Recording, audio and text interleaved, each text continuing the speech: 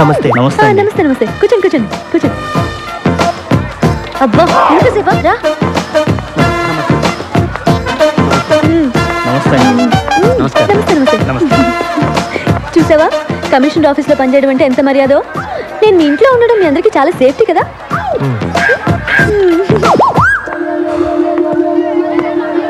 టమాటా ఎలా? కిలో 12 అమ్మా. 12? ఇంటి దగ్గర బండి మీద 8కే ఇస్తుంటే నువ్వు 12 అంటావే.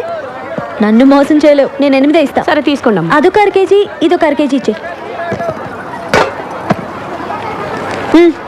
వద్దమ్మా, డబ్బులు వద్దు.